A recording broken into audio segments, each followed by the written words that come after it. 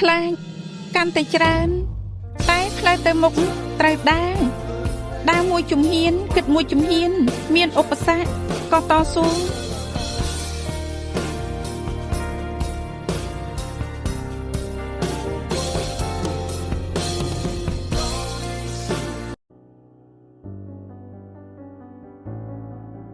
ើអ្នកដឹងទេសាច់ត្រីសាម៉ុនមានអត្ថប្រយោជន៍ជាច្រើនចំពោះសុខភាព